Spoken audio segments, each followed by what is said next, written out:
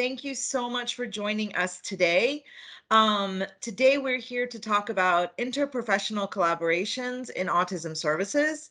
This is part of the Emirates College for Advanced Education 8th Annual Autism Day.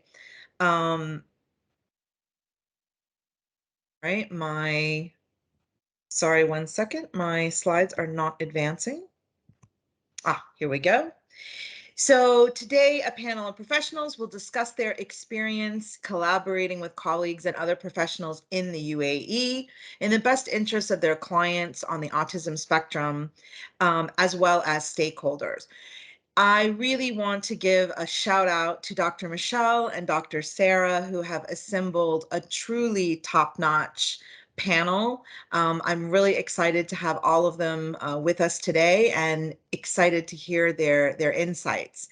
In addition to the Emirates College of Advanced Education, the panel today has been in collaboration with the UAE ABA, the Association for Behavioral Analysis here in the United Arab Emirates, and all BCBAs, anyone qualifying for CEUs will be receiving or are eligible to receive 2 BACB Ethics Learning CEUs. So keep an eye out throughout the presentation for some key information that you'll need to apply for those CEU units. All right, let's get started with introductions. My name is Khawla Barley. I'm the head of initiatives at Special Olympics-UAE, a very proud partner and longtime partner of Emirates College for Advanced Education, and thrilled to be back for yet another annual Autism Day. Our panelists, starting in no particular order, Ms. Kristin Buchanan. And what I'm going to do is, if I could ask the panelists to each just introduce yourselves take maybe 1 minute to introduce yourself to the group, that would be great. So we'll start with you, Kristin. Great, thank you. My name is Kristin Buchanan, and I'm the Program Director for the GCC Consulting Division with the New England Center for Children.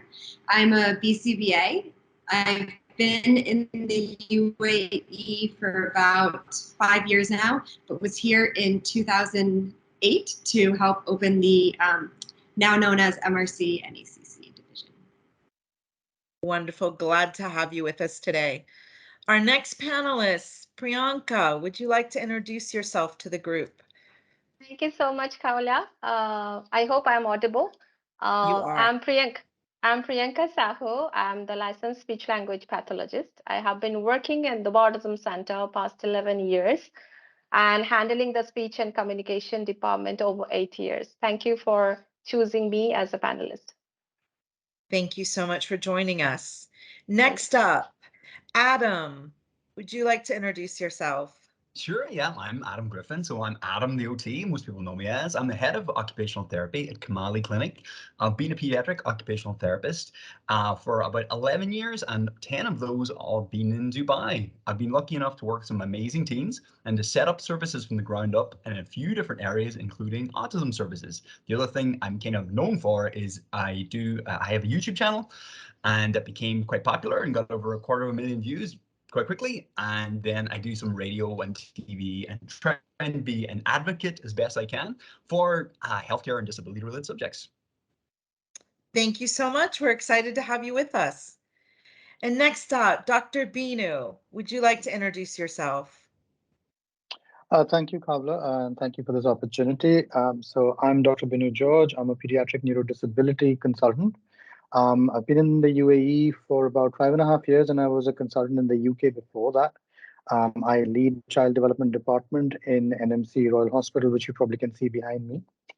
And I'm really, really keen to spread this message along with all the colleagues, my panelists here, and it's really an amazing opportunity. Thank you. Thank you. All right, and Dr. Jennie. Hello, everyone. My name is Dr. Jenny Ellis-Brown. I'm the head of inclusion here at an international school. I work with the school and provide services for students with different diverse needs, making sure they are accommodated within the classroom and making sure that that schools are inclusive and making sure that they involve all of the students. And happy to have all you here with us. Thank you very much, Jenny.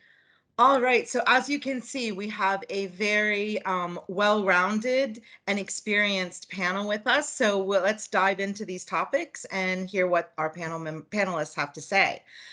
So the format we're going to go through today is we're going to open up 3 questions that I have up on the screen right now. And we're going to start with Dr. Binu George to give us sort of the medical perspective. And then we're going to hear from the rest of our panels in whichever order they choose. So the first question that I'm going to pose to our panel is, what successes have you experienced collaborating with colleagues from other professions in the UAE? So Dr. Binu, would you like to start us off with your experience? Yeah, absolutely. I think autism is a field where you cannot work on your own. I think that's as professionals who work in the field of autism, that's one thing we truly recognize, that this is not something that you do on your own. It doesn't benefit the children, it doesn't benefit the families. And I've been quite lucky with regards to Abu Dhabi because I've managed to find colleagues who are on the same page, and people like Khawla, yourself, Michelle, and there are a few other people who we've all worked together nearly 5 years now in some form or the other. That is really key for us. And for my own personal practice, I actually am a part of the child development team here, which is kind of a replication of what we are quite used to doing in the UK as well. And we work together. So we've got occupational therapists, speech therapists, psychologists. What is sometimes, which is absolutely missing from the health scenario, especially in this country, is ABA or behavioral therapy. And I've been quite lucky to have, really good colleagues to reach out to whenever we need help. We've managed to liaise quite well in this aspect. So I would say that I have had a lot of good luck finding people who are like-minded, and that's possibly the most important thing that I've taken away from this. That's wonderful. Well, I also think that Dr. Binu, from as soon as you landed, I think in the UAE, you got involved with the community and you were reaching out. So we really appreciate all of your collaboration over the years. Let's hear, and honestly, we're going to go through the panelists sort of just in no particular order. Why don't we hear from Dr. Jennie next? Thank you, Khawla. So it's exactly what Dr. Binu said. We have to all work together on a multidisciplinary team. And I have found that just working in the school setting, I always have a chance. I know that I have to work with, the speech pathologist, occupational therapist, behavior specialist. And what I have found to be very successful is making sure before, we even start school, if that student has any type of psychological assessment, reaching out to those occupational therapists and those speech therapists, and being sure that, we are collaborating if we have any common goals, making sure that they share any assessments that they have, or I'm sharing assessments with them. That way we can have, just that common goal for that student. And I have found that to be very successful as far as making sure that goals are able to be generalized across different settings. If I'm working on the goal in that classroom, while they're in the classroom, they're also working on that goal, in OT, they're also working on that goal in speech, and we're making sure that it's generalized in different settings and also with different people as well. Absolutely. Kristin, would you like to give us your input? I would love to. I think, as everybody's saying, the multidisciplinary team is really important, and I think it's a huge part of serving children with autism and other developmental disabilities. I oversee the NECC clinic in Dubai, and I think one of our biggest successes is kind of co-treating together. So not only are we working collaboratively, but the SLP and the BCBA are sitting down together. They're working through the individualized treatment plan, they're writing the behavior plan and the communication plan all together as one, so that we're making sure we're hitting it from multiple perspectives. And I think that's been a huge success that I've seen. I also think, you know, as a BCBA, we're not normally called in when things are going well. So a lot of times we're walking into a situation where people are not all getting along and things aren't going on as, you know, going as well as they could be. So I think another big success is all kind of sitting down at the table together and figuring out, like Dr. Jenny said, the common goal for the child and what that should be, and kind of putting aside our differences or our different feelings in regards to how the situation came to be, and just really moving forward together as one cohesive team. Wonderful. How can I ask you a question for my information? The co-treatment that you're speaking of, how common is that? Do you find that to be a common practice in the UAE, or something that you hope to see more of? That is something I would hope to see more of. I wouldn't say it was the easiest process. We definitely had some difficulties, but we'll speak to that next, right? Okay. But I feel like it's a really important concept, and it's something that we should really work towards within the UAE. Everybody coming together and having a common goal is important, but I think when we're working together to ensure that every side of the treatment team is a part of that initial plan, it's a really successful model. And efficient as well, correct? Yeah. Yeah. All right. Well, I'd be interested to hear more comments about that, hopefully throughout the panel.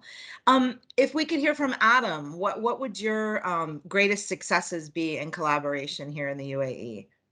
Yeah, I've had, in fact, the majority of my, when I think of successes, they've all been a result of really good teams and good communication between all the therapists. And one of the things I noticed about great teams is this awareness of not only your own role, but their role of other people, and how each discipline can inform and support one another. It's like when I see it not done so well, it's almost like a competitive atmosphere where everyone thinks, well, obviously this client could benefit from this discipline or this discipline, and they're both perhaps correct. But if you have an awareness of how you both can work together to be kind of synergistic in your support, and also it makes a family feel much more supportive as well, because they're hearing one united voice and one cohesive answer. So I remember when I was lucky enough to work with an amazing team in Camali when we started, and because we would have quite a, at that time was child and adolescent mental health. Now we've expanded into adults as well, and we'd have a lot of cases where there are quite complex clinical histories, and you really needed everyone to sit down and discuss this together and see how each one could be involved and how we all could work together to make sure this family felt as supported as they possibly could. So it's honestly, for me, it was the openness of clinicians to how we could help one another rather than compete to see who this patient could be for.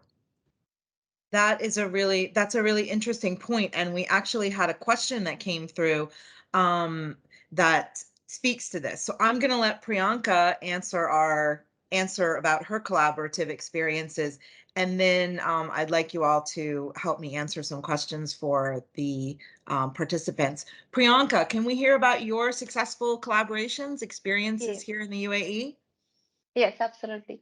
As everyone mentioned, from the Autism Center also, in terms of collaborating among the professionals and the stakeholder, which is majorly parents, we offer in terms of clinical support and the school support system, where majorly we try to embrace the holistic approach. We have a larger panel in terms of multidisciplinary team. We have 52 RBTs, we have 7 BCBAs, 7 SLTs, 4 OTs, we have GP, nurses, we have our Chief Program Officer, Dr. Nicholas Orland, who is overseeing the whole program. So it's quite big, I feel, in terms of collaborating among ourselves. First one, I would definitely say we offer comprehensive assessment approach when we offer the diagnosis and assessment team. This is also done by the multidisciplinary team, which is quite good in terms of dealing with the parents. It's not just the psychologist who will be assessing or diagnosing the children with ASD. It is a whole team who will be diagnosing in terms of 4 to 6 hours it takes. Then we do counsel the parents. because initially what I feel we all go through as a parents, a lot of denial and a lot of, psychological turmoil phase. So it's highly important we sit together as a collaborative method. We really, show the roadmap ahead. Apart from it, in the school setup, also we have a beautiful Iep process where individualized, we do the assessment, then we sit together, discuss among the baseline score among the professionals. We take into consideration even parents' input in it. We do send the form to the parents, and then we present as a team, multidisciplinary team, present it to the parents as a the whole Iep, which is quite good, and they can see the whole team with the arrows. They can question us. We discuss each goal one after each, and then whole year, anytime you want to address any matter to any multidisciplinary team, they're approachable. We all are approachable to the parents. It's like very much breached between the parents and the team members. Apart from it, we have intensive training program as well. We offer to the parents. We have demo session. We have BS who offer one-on-one training where they look into the programming. They talk about the BIP, anything what they are, parents are having challenge with at home or something. Even ABC data, how to take, we teach the parents individually, one-on-one basis. Apart from it, we have a monthly family coffee morning program where we address the technical session as well. And the parents also get a forum or a stage to chit chat and, kind of vent out their stress level or what their, kind of failure going on, or the success stories, even how they dealt with the problem. So we try our best in terms of giving the support by the whole multidisciplinary team throughout the academic year in terms of everything, like a training intensive program, or in terms of Iep, or among the staff, even I would say we have a continuous training program. Every day afternoon, we have certain hour where we offer the training program in terms of anything. It could be even sensory diet to anything as a SLT we are focusing on, or example, PEGs or Macaton, or for example, DI is going on, or PEAK program is going on. Everything as a SLT also, I know what is going on in the center. It's not that even though I belong to another discipline, so I don't have any clue what the other department is talking about or what's going on. So which is quite good, I feel. That's wonderful. Thank you so much for sharing that. It sounds like you have a really lovely kind of collaborative ecosystem within the center, which is great to hear. And I particularly like the detail that you went into on how much you all intentionally engage the parents. Because obviously this is a panel where we're talking about professional collaborations, but I'm sure everyone agrees that when the parents are involved, actively involved, makes everyone's work much smoother. So thank you so much for highlighting that. We have a question that was directed toward Dr. Binu, but I would really love the rest of the panel also to please chime in as well with your input. So Dr. Binu, we have a question from the audience that's noting that you have obviously in a relatively short period of time developed a wonderful relationship, lots of networks. How do you approach collaboration? Do you cold call? Do you try to work through networks? What has been your own personal approach? What have you found success with? And what would your advice be for those professionals that aren't working in an environment like Priyanka? I'll be really honest with you. The biggest motivation was that I was scared to do this on my own.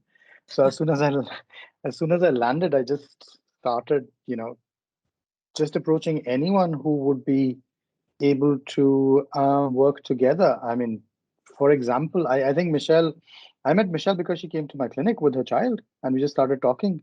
And then we found out that we had the same background. And then she's never heard, she's always had me behind her for something or the other since then. And I think it's practically been 4 or 5 years now. I did make a lot of cold calls. I would just look at who's doing what, just give them a ring and say, I would be really interested to come and see what you're doing. I've been to, for example, I just called up the NECC, went for a visit there, and then at that time it was Dan Goodman who's there, and just got introduced to everyone there. And I just put myself out there because I think having this network is really important, because it's not for you, it's for the family and the child who's sitting there in front of you. Because that's one of the biggest problems we have, is not only is it difficult hearing the fact that this might be autism, but where do you go? And I'll put up my hand and say I'm the least useful person to this family, because once I've seen them and I've said, yeah, looks like it, I'm not the one who's going to do anything about it. I don't have any magic pills to give you. I don't. I just need to pass you on to my colleagues who are much more experienced with what needs to be done, while I stand at the back and you can always turn around and ask me questions. So that's my approach. I've just been trying to get anybody's attention who could remotely help us in what we're doing. Wow, you've been very successful in that. Thank you. And I think that you bring up a good point as well, is that we're all, working together. Not everybody, nobody has the entire picture. And I think that one of the things, me, I not being a clinician, but working in the community and with, many, many, many families, one of the very consistent frustrations that families have is when they get a diagnosis, a doctor will sometimes look at them and say, well, I don't know where you go. You need speech, you need OT, you need, whatever. And they'll say, okay, where do I go? And, unfortunately, more often than it should be the case, doctors don't have the answer. So I think, creating these networks are very important. Anybody else on the panel have some advice on exactly how do we go out there? I know one of the, I think Adam, you brought up that, sometimes there's a bit of competition, or maybe not everybody is so welcome to collaboration. So how do you navigate in sometimes not ideal waters? Yeah, it's a tricky one, and it's sort of especially in Dubai, more than anywhere else I've worked clinically, it's kind of demanded of you. Like, part of your ethical clinical skill set, I think, is being able to point parents in the right direction. If you're not the right guy, I'm totally with Dr. Binu. I think one of the most powerful things you can say to anyone is, "Oh, I don't know how to do that." I would be doing you a disservice by waiting in and say, "Sure, I can try to do that." I think people too often say, yeah, and they say yes to things without really considering perhaps there's someone better equipped than I to do this sort of thing. Because sometimes we'll do the radio or the YouTube channel, you become just more visible, and being here quite a while, you become a lightning rod. So I have a number for parents, and it's used by a lot of parents. So I'll get 10 or 15, 20 messages a day by parents asking for just basically unbiased advice. It's not related to the clinic or anything. It's just a little point in the right direction. And sometimes it's just as a sounding board for them to get something out of their chest they're kind of struggling with. And I take that kind of responsibility really seriously, because one of the most important decisions a parent can make, in fact, parents sometimes feel very powerless at the beginning of the therapeutic journey. And the most important thing they can decide is who to go to. That's such a big decision. And I have people I really have had great experiences with. And the most important part of that is the feedback from those parents. So my advocates, the people who do my kind of networking on my behalf are all my parents. And they will come back and let me know they really like this person or trust this person, have had good experiences. And that's why I think as a clinician, being involved with the parent communities and being accessible to parents as well, it can help you be plugged into almost like the clinical zeitgeist wherever you are. And there certainly is one. Dubai can seem like a big place at times. Clinically, it's a very small place. So you kind of get to know who's who very quickly. Absolutely. And we have a comment that's sort of echoing what you're saying, and saying it's just beyond my scope. Just clearly saying it's beyond my scope, and I'll do my best to point you in the right direction is sometimes the best answer. As is often the case, myself and Nipa are on one mind. Absolutely. Okay, we have one, we'll do one last question on this topic, and then we'll move on to the next one. The one question from one of our audience members is directed at, oh, I'm sorry, Dr. Binu has his hand raised. So Dr. Binu, go right ahead before we move on. Yeah, just before we move on, I think one of the successes we've had by collaborating, we've talked about the micro level aspect of parents and families, but actually I don't think so we should discount. I would call it a success that how this group or these group of people have collaborated and raised the awareness of what's happening. We've made some noise, and Khawla, you, Michelle, we all have sat in so many forums, in so many meetings. Nipa is in there, and she knows exactly what I'm talking about. But for me, even though sometimes we've just butted heads and felt like we've not achieved anything, I think we've really managed to raise a lot of awareness, and a lot of things are happening at a very high level now, and things are moving forward. There's a lot of attention on special needs. There's a lot of attention on educational needs. There's a lot of attention on autism, and I'm sure we will all benefit. The community will benefit from this. So I think there is that aspect which we should not play down. We have raised a lot of noise together as a team.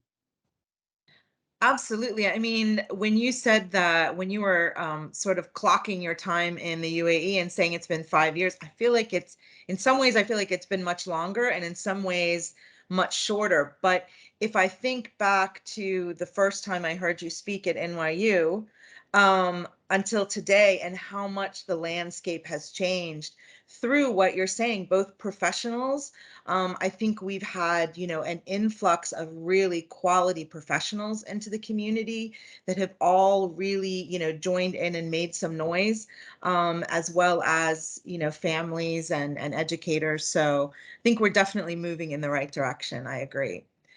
All right. We have one question directed at Priyanka. And the question is asking about communication. So you described this really wonderful ecosystem and the involvement of the parents. Do you have someone in particular that is the point or the liaison for that communication with families? How do you keep this team and this collaboration sort of streamlined? Absolutely. Great question. I'm happy that it was asked. Khawla, we have a system, a portal, a parental portal for all the members, the team members, to communicate with each parents. So apart from it, they can definitely collaboratively put their input in, like however the days go. Everything, including the video and the snaps, everything you can attach in the portal. So as a mom, if I'm receiving, I will definitely understand what goal was worked on from peak or DI or from OT or from speech perspective, including the video would be sent. Definitely it's a short, a minute or two videos, just the glimpses when we do the activities. Along with the pictures as well. So when as a collaboratively we are sending, as a mom, they feel very good. Like, okay, my child has spent 7 hours in the school and these are the things has happened by the team members. Apart from it, we have one person or one mode of communication, like a supervisor. They're ethically communicating through the WhatsApp as well. It's kind of hotline, you say.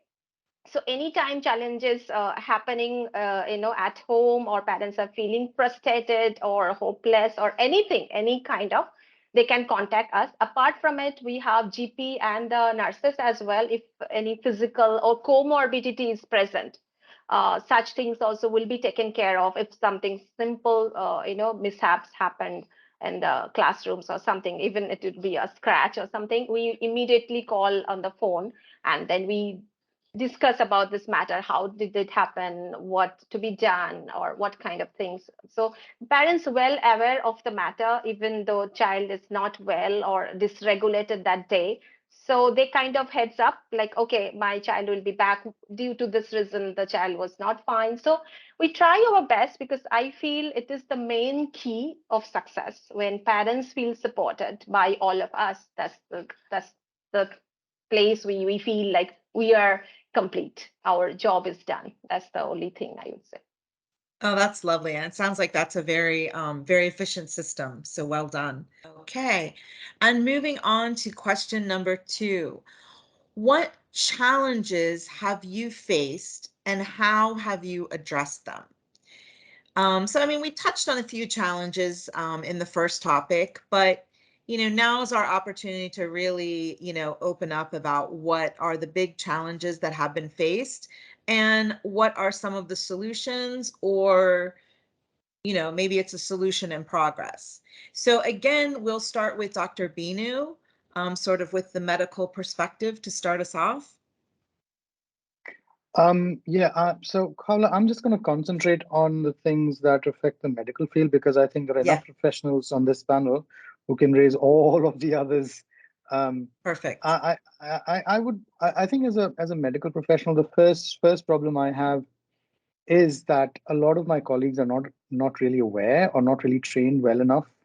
I'm even talking about pediatricians to recognize and support families, because many a times general pediatricians are the first people who the family meets. So that's one of the issues that we really need to think about.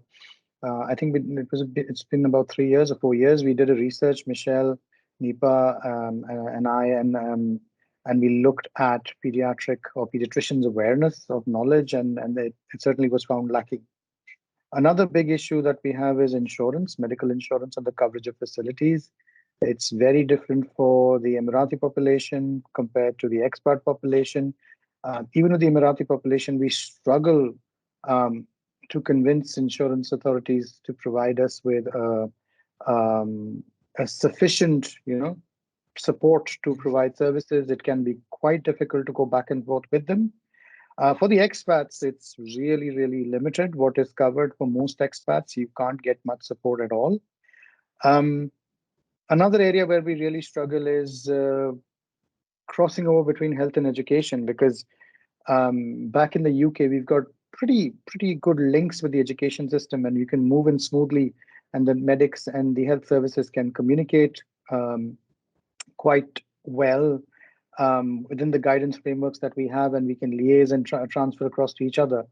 But because the way the health systems are designed here, especially with the insurance systems in place, it becomes very difficult to cross-cover health and education. I mean, a few weeks ago, I had a request from an amazing, SEN coordinator in one of our schools who reached out to me about how they were struggling with 2 children who had some issues and the family. And the only solution was for me to just walk out of clinic and go across there and spend an hour there. Now, I could do it because, the position I am, I think, provided nobody from NMC is listening to this, I can take that liberty and go across and spend that time. But if you looked at it from a health management point of view, that would not be possible for most people. Information exchange is a big issue because we are bound so strictly by confidentiality, and nothing out of health can go to anybody else. All of these add to the challenges that we are facing, along with the awareness issues. Families don't recognize it, and one of the big systems, I think, which are completely, I think we've missed it, and I've been a passionate advocate for this, is the health visitation system, because we're waiting for families to realize or somebody to recognize and bring the child to us. And actually, for example, in the UK, we have a health visitation system where we recognize children at screening appointments at 9 months, 18 months, 2 years, and you catch them much, much younger. So these are some of the challenges we face, especially in the medical field. And do you see, Dr. Binu, any, some of the challenges that you're describing are obviously out of your personal hands, but do you see a movement toward a solution? I mean, are the questions being asked, or are solutions being posed, or is this something that you feel needs to have a little more noise made about? Without discussing too much, I can definitely say that this has been noted at a very, very high level. Lots of steps. In fact, bodies have been formed to address this. We all have been a part of this. Khawla, you have, I know for a fact, of all these discussions and negotiations about how we can make things better in Abu Dhabi. Certainly, I know about Abu Dhabi. We've been advising about insurance, about health visitation systems, about the structure of early intervention services, which the Early Childhood Authority is very keen to implement. So I'm certain that there is going to be a big change in the ecosystem and in the way these things are done. And I'm really hopeful that when we sit and have this chat again in maybe a few years' time, I won't have this level of concern. I'm certainly not saying all the concerns will disappear, but I certainly think things are going to get better. I do too, and I hope, well, there's always going to be something to be concerned about, but hopefully, you know, we'll have some of these things ticked off of our list by then. All right, thank you so much. So moving on, Kristin, would you like to weigh in on the challenges that the biggest challenges you face and how you address them? Yeah, definitely. I think as a BCBA, I'm going to say it first before anybody else does. There's a lot of misconceptions about ABA and about BCBAs, and I think a lot of that stems from, unfortunately, you know, different people's individual experiences with BCBAs. And so I think as a field, we really need to step up and start to change those misconceptions. I think it can be viewed as a very harsh science where we look more at the behavior and not at the child. And that's something that I think culturally we're trying to start to shift, but it's going to take some time to do. So unfortunately, I think we're part of the problem, but I know that we can change it. I think it's really important to look at the child and build that relationship first, and then look at the parents and build that relationship second, and then also build relationships with all the different professionals that you're working with. If you don't have that trust, with each of those team members or the stakeholders, then you're not going to have effective collaboration. I think a big part of it also falls in the language that we use. Ethically, we are supposed to be using language that is easy for anybody to understand. Whoever we're speaking to, we should be speaking to that listener and kind of their understanding of ABA and not using maybe the terminology that we used in school. I actually have been sitting in on a lot of IT meetings lately, and I can tell you they have a lot of acronyms, and I understand none of them. And eventually somebody said, Kristin, I can tell by the blank look on your face that you have no idea what we're talking about. And being on the other side of some of that kind of helped me understand how difficult it might be to sit in a meeting and collaborate with somebody who's speaking a totally different language.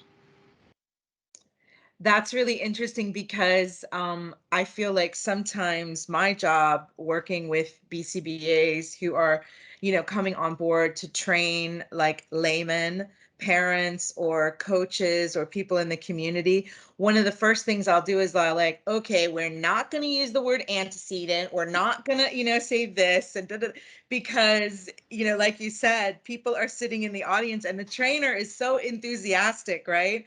And then the parents or the community members are just the blank stares. So yeah, I think it's really interesting the point you brought up about ABA, but again, a lot of that's communication and really, you know, making sure that the community and parents and other professionals understand where you're coming from and what you're doing. So that's all part of the collaboration. I think too, as everybody's kind of been speaking about, it's that we're coming together to work together and not to fight. And a place I worked previously had a philosophy that you have to leave your ego at the door. And I think if we're all coming in with our own personal egos and saying that our profession might be right or our profession has the ability to work through this one situation with the child and we know best, then we're not really going to get anywhere with that collaboration. Great. All right, we have some hands raised from our panelists. So Jenny, do you want to weigh down on this? And then we will Jenny, do you want to weigh in on your challenges? Yeah, just to go off Dr. Binu and what he said as far as just early screening, I know just within the school setting, that's something that we're really trying to enforce because a lot of the parents, they become comfortable with us and we're, like he said, after they go to the pediatrician, normally the school receives those psychological evaluations. From there, they're always asking, okay, where do we go next? Who should we talk to? So it's really imperative, you know, that we do have those connections with, you know, the speech, the OT, and the BCBAs to reach out to them and just making sure, you know, we have that network so that we can refer those therapists to those parents. Because I've found that a lot of the parents are always, they come to us first because we're the school. So they're like, okay, because we're like, okay, well, this report says you need speech, you need OT, you need behavior therapy. So they're like, where do we go next? And for me, as a professional, my first instinct is, okay, well, do I have anywhere to send these? Do I have anywhere to send these parents? But so what I like to do is, like you said, reach out to other OTs and BCBAs, and I have a list that I automatically send to my parents to make sure that they have somewhere to go. But it is still difficult because if you're not part of that network, then you're not able to find someone to recommend to those parents. And it's kind of hard to tell parents, well, I don't know who I can recommend to you. So that's some of the challenges that I have found, just as far as, making sure I have that network and having someone to reference for those parents when they ask, okay, what do we do next? Where do I go? And again, like Dr. Binu said, that early intervention and it would be nice if, we had those therapists just within the school setting instead of parents having to go out after school or anything like that. So it would be nice if there was some type of communication or network where the therapist can just come to the school and provide those services with the school. And that would also make it easier for us to collaborate together while we're in the school setting. And what's the barrier to that, Jenny? So the barrier, I would say, is just making sure, that we had some type of line of communication that's already there, or something set up and some system set in place that's already there, because now it's just me automatically always reaching out and having to invite the therapist and the BCBA and coming into the school, finding a schedule or something that works for them and telling parents they have to pay normally out of pocket for those extra services, where it would be nice if the school were to be able to provide those services for those parents. Interesting. All right. I'm anxious to hear from all of our panelists. Adam, would you like to weigh in on challenges? Yeah, absolutely. Just picking up something Kristin had said, because on that note about the cliche point about ABA bumping heads with some other disciplines, this is ABA. Very frequently, this other head belongs to an OT. So one of the most common things I get asked is a child will be doing something, and is this sensory or is it behavior? To the extent there's a whole postgraduate course you can do in the UK that I have done, comes with a big old textbook, and it's called, is it sensory, is it behavior? You could distill the whole question down to the answer yes. It's both, almost universally. It'll have factors of both. And sometimes I find OTs and ABA therapists, more than one occasion, I've found myself in a position like the fellow in Jurassic Park, trying to calm the angry dinosaurs and make everyone get along and play nicely. And sometimes it comes from a total misunderstanding of where the other discipline is coming from, almost occasionally like a willful misunderstanding. But when you work with great therapists on either side of that divide, like you mentioned, an old colleague of mine, Nicholas Orland from Dubai Autism Center, he was a guy who was very very formative in educating me about the role of ABA, and I hope I would have done the same for his side of it as well. When you understand not just your own role really well, that comes, you need to know what you're meant to be doing, but also to understand where this other person is coming from, because you both think you're the right person for the job, and in all likelihood, you're both correct from your perspective, but then you realize how when you both work together, rather than totally in opposition, when you have that understanding, you can actually elevate the kind of clinical service you can both deliver, because it becomes, you do need that collaboration. Like, I remember having this conversation with a bunch of new students before and saying, like, OT support and multidisciplinary support, especially OT and ABA, it's not a paint by numbers where you have a behavioral part over here and you're not meant to blend between the OT part over here. No, the colors are going to mix and you're going to paint something beautiful, but you need to allow this sort of cross-pollination to occur, and you need to have a respect and an understanding what the other discipline is trying to achieve. And if they don't understand your position, that's also part of your job, is to educate them and be able to describe eloquently your own clinical reasoning so they get on board. Okay, Adam, I just have to say that I'm already on board for another panel. Is it sensory? Is it behavior? I think we need to do a whole 2 hours on this question. Yeah, hang up. Absolutely right. Okay, so both Kristin and Binu, you have your hands up. So I think, if you both want to, in turn, Binu or Kristin, who wants to start off? I just real quick want to piggyback off what Adam was saying, and I believe a lot of it comes back to that language piece. A lot of times we're saying the same exact thing, we're just saying it differently. And so I'm using my language and Adam's using his, We've never gotten a fight before, so this is our first one here today. But we're usually saying very similar things. We're just using different ways to describe it. And so if we kind of take a step back and look at speaking in a way where everybody can understand us, we're probably going to get to the end goal a lot quicker.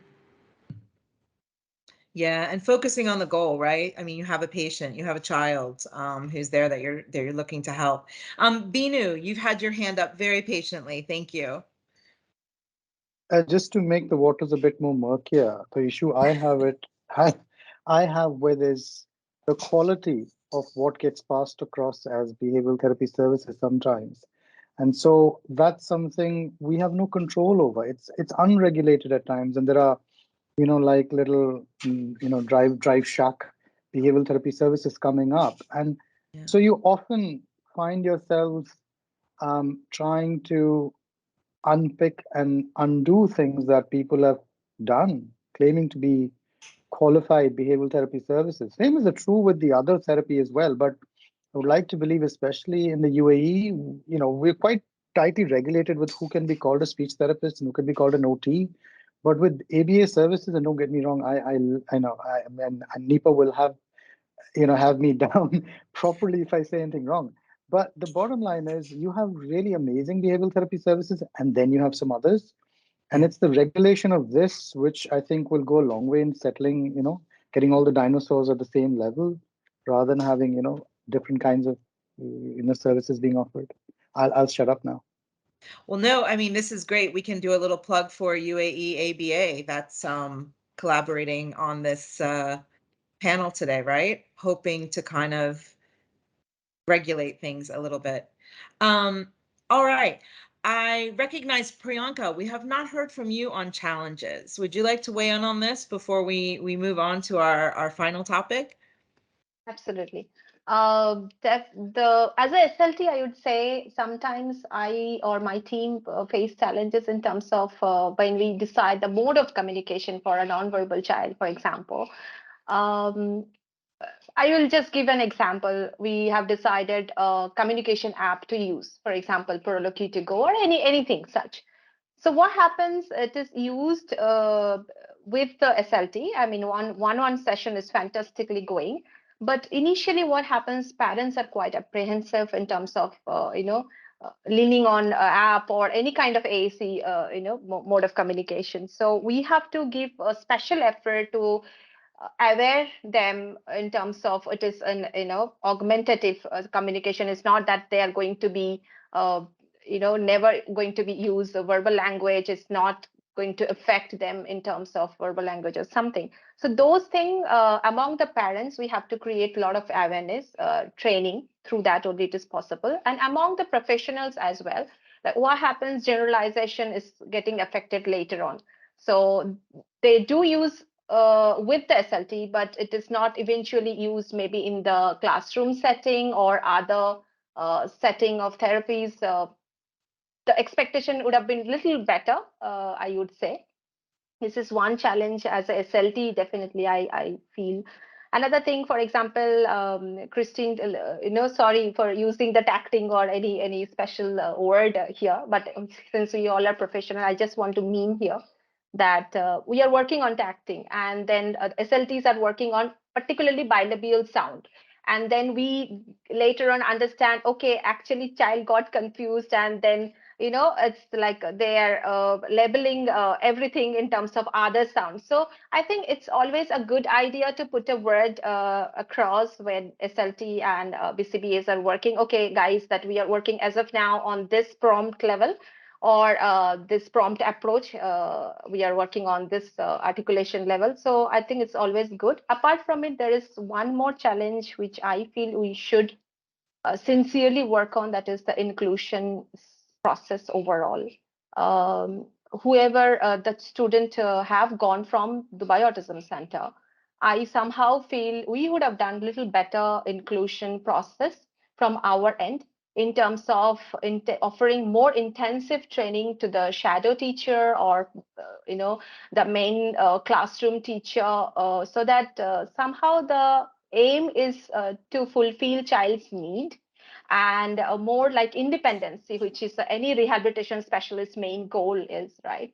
So those areas, maybe if we can, if the mainstream teacher or the shadows can spend a couple of days with us and understand what is the level of the child exactly, or the level of prompt the child is relying on before shifting the case from special needs to the inclusion, would have been, I think the transition would have been a little better. As Dr. Binu has mentioned in terms of license, the insurance coverage, which is definitely a main issues as an expat we all are facing. And diagnosing a case is quite expensive in Dubai, not only in our center, overall, I mean. So if those areas, if we can look into and then come up with some kind of solution, would have been better.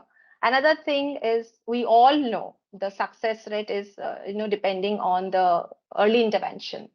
And thereby early diagnosis is quite important. So this 2 to 5 years, somehow if we are missing or parents are not aware of the red flags, then somehow we are not going to get back these ages ever. So I feel more community awareness is important. If the normal children are going to go for a normal GP visit, so it's essentially important a GP is looking into the MChat or something, a screening profile on a regular basis, and in any case, like any delay is there or a red flag is seen, so immediately to send it to the professionals, so that multidisciplinary team or the psychologist or developmental pediatrician or psychiatrist, whoever is actually responsible for diagnosing the case, that time is not lagging behind. So that's quite important, I feel.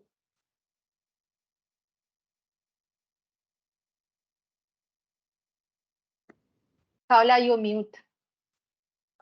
I'm so sorry. Thank you. Dr. Binu, you have your hand up.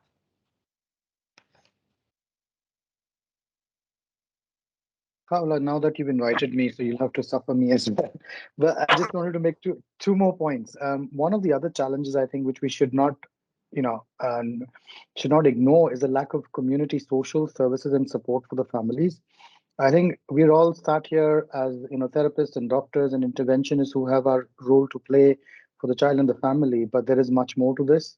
And without that backbone support that you offer the families, especially family mental health, I think that's a topic which gets ignored. In my clinics, the amount of times that families have reached out and asked for help for themselves, that is just absolutely staggering. That's a very, very important thing we need to look at. Just one more point, just responding to what Priyanka said as well. This is my personal opinion, and I could be short and quoted for this, but I am more heading towards, comparing early diagnosis versus early recognition of developmental delay. Why should intervention wait for a formal diagnosis when you've got a child who is not meeting standards? When we all know what milestones to expect, we will all know what the children should be at least aiming for the range. When we know they're not behind, why are we running around like headless chickens trying to find somebody and paying enormous amounts of money for the diagnosis? So one of my, especially after the pandemic, the number of children walking into this clinic with language issues, with social communication issues, some of them actually mimicking autism, and coming back after 4 months because all I've told them to do is switch off that stupid Cocomelon, get your kid off the iPad and mobile. If you don't have a big family, get them into a nursery and start spending time with your children and come back in 2 months' time. Let's see what we achieve. 80 to 90% anecdotally, you see an absolute U-turn. Now, why would I ask this family to go to me or any other person to do an ADOS or an ADI and waste time and money? So I think we really need to convince ourselves that diagnostics are useful, especially if they bring, especially, let me put it this way, if somebody pays for the help that you need to give the child. If it's not, especially in the preschool years, let's get down to business and help this child. This is my personal opinion, because especially of the systems we are faced with, especially for the expats, I think we really have to, catch it, go with it. And if you feel that after doing all these soft interventions, and I make it really clear to the parents, you need to be back here in 2 months. I need to see what you've done and what change has that made. And if that's not making much of a change, then I move to the hard intervention. I get the therapist involved. I get the the behavioral therapy services involved. And if that's not making an intervention, and all this time I keep having this dialogue that maybe we are looking at evolving autism, but let's throw the kitchen sink at this child and the family, and let's see where we end up. And that's my philosophy at the moment, and I might be wrong, but I think that's the right way to go about this. Well, I think, Dr. Binu, that you would really find my friend Nipa very interesting to talk to. I'm joking. The mental health and the early intervention. I'm like, wait. 100%. There are a lot of comments coming through, especially about your comment about the, just getting to kind of the intervention before you have a diagnosis or before you even consider a diagnosis, just looking at the very early stages and saying, what can we do as a family to put this child on the right track? Whether this is going to be a diagnosable condition or whether it is just, simply a delay from whatever, factors it may be from. And I think, I heard you speak about this in a meeting that you and Michelle and I were in recently. And it really got me thinking about how, more from the community side, how can we help professionals in terms of getting this information out and really empowering parents in the very early days to try to fix things on their own or try to impact them on their own. So this is, I think, a really excellent point. Now, I know we have panels, so Kristin and Adam, you both have your hands up, so go ahead and feel free to chime in. I don't want this to be so formal, so I mean, I think if panelists, if there's an opening, go ahead and open your mics and add in. Okay, I'll jump in really. Oh, I'm trying to be collaborative, and I'm letting Adam go first. Oh, thank you so much. Well, I'll be very, very quick. Just because I wanted to say the OT part of my soul just leapt for joy when Dr. Binu was talking, because one of the beautiful things about OT, one of the reasons I feel it's almost like my calling, why I genuinely love my job so much, is because it's so focused on the real nitty gritty of everyday life, what you can and can't do. And if you're not able to do the things you need and want to do, how we can support you doing that. So a child's ability to write their name or do their buttons or wipe their bum or any of these real world things that make a difference in your quality of life, it isn't really dependent on them having a diagnosis or not. So that's why OTs would absolutely, I couldn't agree with you more. The other tiny point as well is you talked about like the gaps in service delivery, and that's something I've bumped up against a lot, because when I came to Dubai initially, they brought me over for vocational and transitioning services. So young people who are transitioning out of like child pediatric type services and then essentially into the community or independence, and there was such a drop off. Now that is even true in the US and Canada. It's still referred to as dropping off the cliff there, because you are a student until you're not, and then what are you? You want to be moving towards some sort of functional independence. And I did a workshop for parents before called A Brighter Tomorrow, planning for the future for your team of determination, and that sort of planning is really important. And I think it's a big major gap in service delivery. Now, it is getting better. There are some services doing more work with teens and getting beyond the confines of the clinic and out in the real world where the learning really, where the rubber meets the road. But I think it is a big gap we still come up against. And Kristin. Yeah, I wanted to circle back to Dr. Binu. He opened up a large can of worms and then we just kind of transitioned on. But the fact that there are a lot of services available for children, but not all of them are quality services, especially in the field of ABA, our field grew quite quickly. And I think that led to a lot of people getting involved in providing ABA services that, one, maybe aren't qualified to do so, and two, maybe didn't receive the best supervision. That's one reason I think the board is kind of shifting its rules and regulations. And like you said, Khawla, we're looking at different ways to kind of regulate it in individual countries and with individual boards. It's really important to recognize that quality services can be available, but we definitely have to make sure that the right people are in place in order to make those happen. Absolutely. Several comments coming through. Adam, we have Sarah who is saying that, she's giving you a shout out for your comment and just reiterating that diagnoses, matters less than the behaviors. And I was thinking even when you spoke that, regardless of the diagnosis, whether you get it or you don't, these children, everyone, we still have to learn how to button or write our names or wipe our bums or all these life skills. They still need to happen regardless of whether or not you end up with a diagnosis. So why not just kind of get on with the show? All right. And Nipa also brought up a good point that I'd love to hear the panelists take on. And she was just saying that as an expert, as a professional, it's often really hard to admit or voice that you really don't understand fully another professional's discipline, another expert's discipline. And, just to kind of be able to step back from yourself and value, your client, the child that you're working with, as opposed to kind of your persona. So I don't know what our panelists think about that comment. I think that's where you kind of have to leave your ego out the door and understand that it's about something bigger than you and how you're feeling. I think the longer you're in the profession too, honestly, I think, I don't know if this is a big generalization, but the less that comes across, I notice I do lots of interviews for junior therapists, and those that are less experienced are almost more strident that they know everything. They're really worried to admit that they have gaps in their knowledge, where for years I have a little plaque thing. One of my favorite quotes is, "All I know is I know nothing," from Socrates. And I think that's the first clever thing anyone can say, is admit to the extent of their own ignorance. And then the other fact is, if you're just a genuinely curious person and you're open to, oh, teach me, I don't know, I would love for you to teach me. And literally everyone you work with can teach you something valuable that day. So I think if you're not open to that, it's almost like a developmental dead end professionally. You're never going to grow if you don't admit you have things to learn. Also, I think we should put this into context, because as a medical problem, and actually this isn't a medical problem, let me say as a public health problem, autism and similar developmental delays are really unique. In fact, they've been called the biggest public health challenge ever.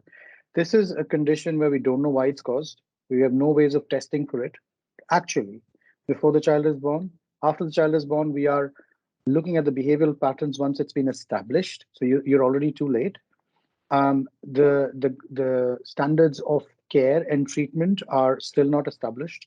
There are multiple different modalities vying for proving that these are the most reliable ones. So you have a system where we don't know why it happens. We don't know how to catch it. We don't know what to do about it. We certainly don't know which is the best way to go about it. It's bound to generate ambiguity. So it's bound for professionals to be confused about which is the right way. And imagine the parents in that situation. So I think we should be honest and say, yes, this is a field where we will be not completely aligned many a times, to recognize it, but absolutely, as the panelists said, to put our egos at the back and recognize the fact and accept it that we all don't know everything, and work together for what is best for the child. The second point, which really throws a spanner in the works, is this is not one single child. This is not the ideal model child or person. This is, as I think Nipa's just put it, Nipa's mentioned about a function of trainings and history of experiences of each individual. There are so many things that go up in making a behavioral pattern or a personality. Genetics is one of those, your family, nutrition, you name it. There's a million variables there. So each modality will not be able to satisfy every customer or every client. So this variety is going to exist. Absolutely. All really good comments. And I think I'm just going to throw in briefly, I'm going to put on my parent hat and just say that, I mean, when I'm sitting in the position of, a parent, I think if I look back, some of the times that I have felt most secure and comforted by medical professionals is when they have said to me, I don't know what to do in this case, but I'm going to find someone who can help us figure this out.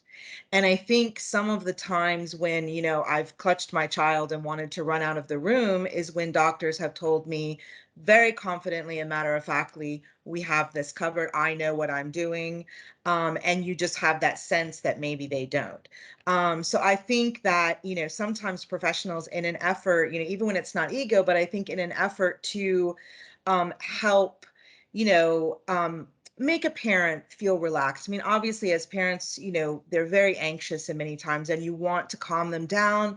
You want to make them feel like this is something we can impact, but it's really important to be honest and authentic and transparent. So I think these are all great points. One question, I'm actually going to combine two questions that have come through the chat that I think are really interesting.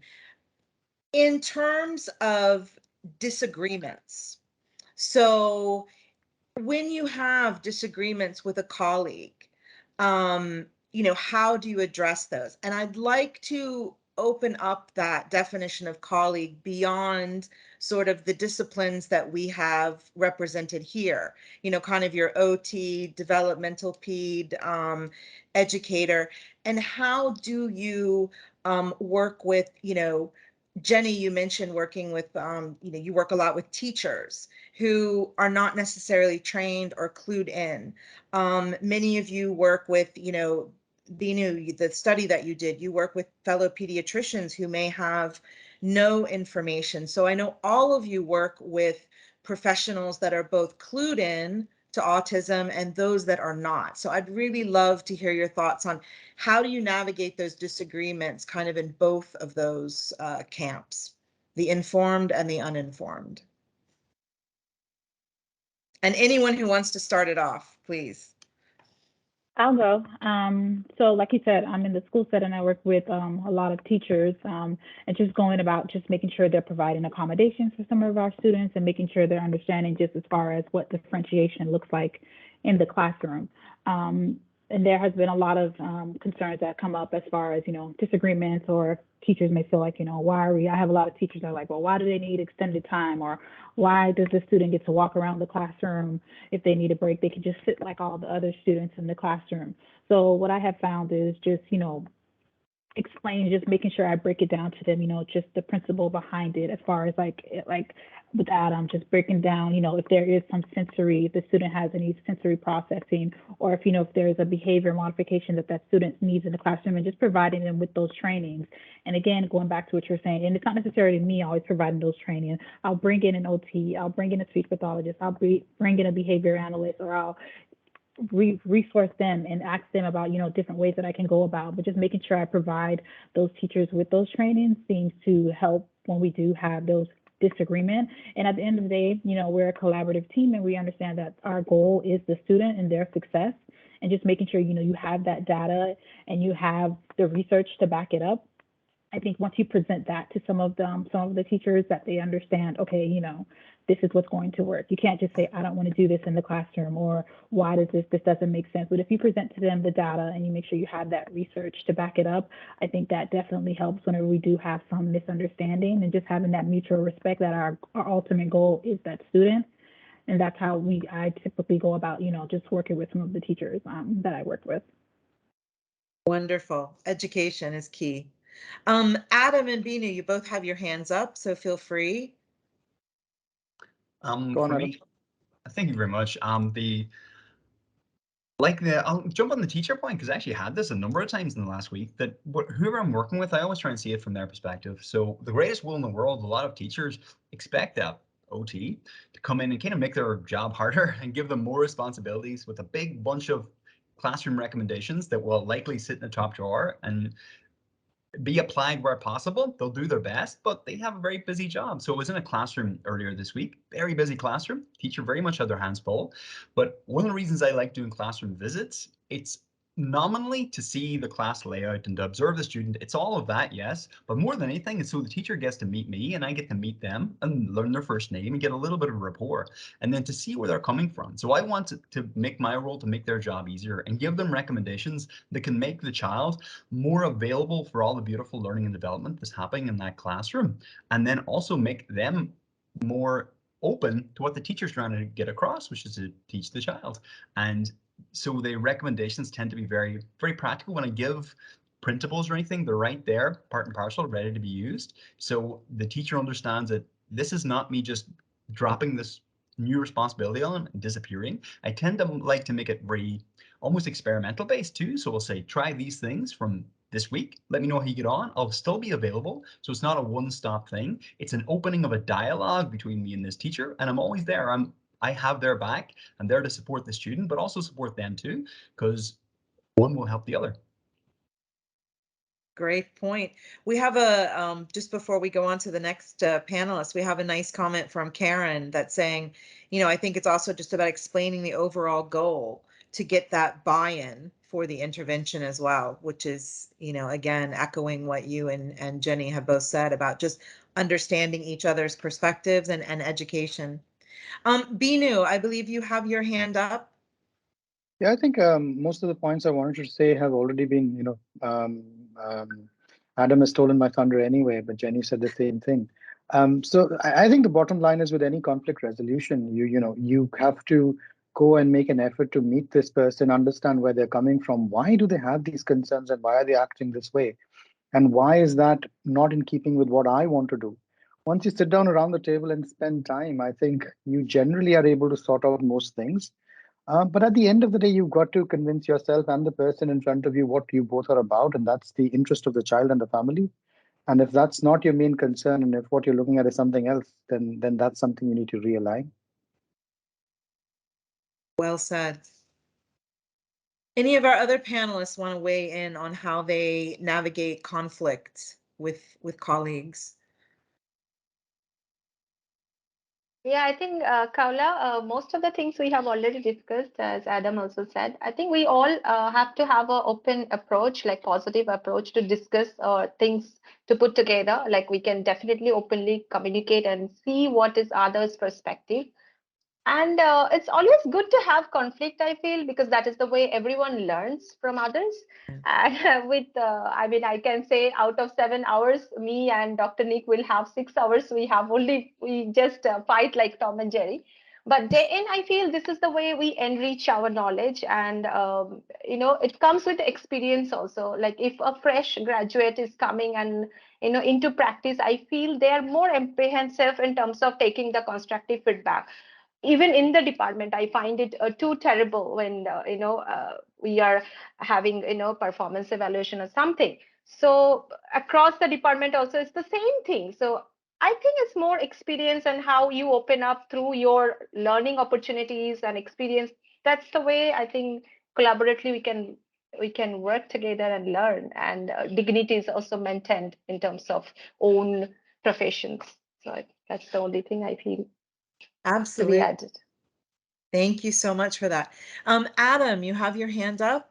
Just one more thing. I think it's not a bad thing. I think people should be inviting folks to question their clinical decision making. If someone is asking you a question, especially if it's about refining and explaining your suggestions or your roles, and you're clutching your pearls and going, oh my goodness, how could you suggest that I don't know exactly what I'm doing? No, that's people questioning what your ideas are the crucible that makes better ideas. So that's why we talked about teams at the beginning. Good MDTs should feel comfortable to ask probing questions. And if you're confident in your decision making, you should be able to defend it. And if you're not, maybe you need to refine your decision making. And to refine it, you need colleagues that will question you on it.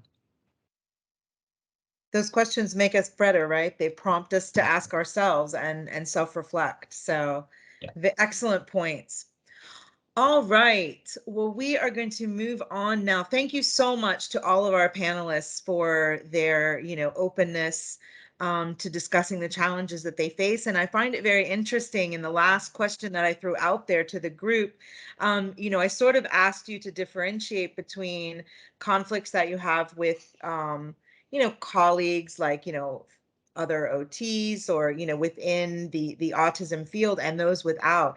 And I didn't hear a lot of difference. It seems to all boil down to, again, checking that ego at the door and focusing on your client, the child, and the family that you're servicing, and asking questions and educating each other, having that open dialogue. So I find that really interesting that That seems to be the key to all questions. Okay, there's one question before we move on. I will ask, and this maybe we'll have Jenny, if you want to start off with this, asking, how do you get reluctant teachers on board? That's a good question. So whenever I have a teacher that's reluctant on the services or practices that we're trying to provide for those students, normally, like I said, I will meet with that teacher, explain to them beforehand, before I even come in and just in their classroom and just say, you know, these are some of the things that we're going to try out in the classroom. I come in, like I said, I observe, I give them some feedback. I've been a teacher, so I understand, you know, someone coming into your classroom telling you what to do. So you don't want to come in there. I don't come in there with that type of attitude. It's more so I'm here to help and support you to make this this be as effective as we can, not only just for this one student, just for the whole class. Some of these strategies and techniques will be very beneficial for you. And if the teacher is just very reluctant, like I said, I normally just come about it with just showing them, you know, just the data that we have and the research that shows why this will be beneficial, and also just providing any type of training, because like I said, normally it's because they don't understand why this is important and how it's going to impact the students. So normally I just do any type of training that I need, whether it's for me or if I have to bring in an OT or a speech pathologist or anything like that. I normally just bring those. I think it's a lot of it is education and just understanding it. And once the teachers are able to understand it, then they're 9 times out of 10 just ready to employ that tactics in their classroom, and they get to see the fruits of that in the classroom with their students, with all of their students, not necessarily just the students that, you know, we're in there providing those services for.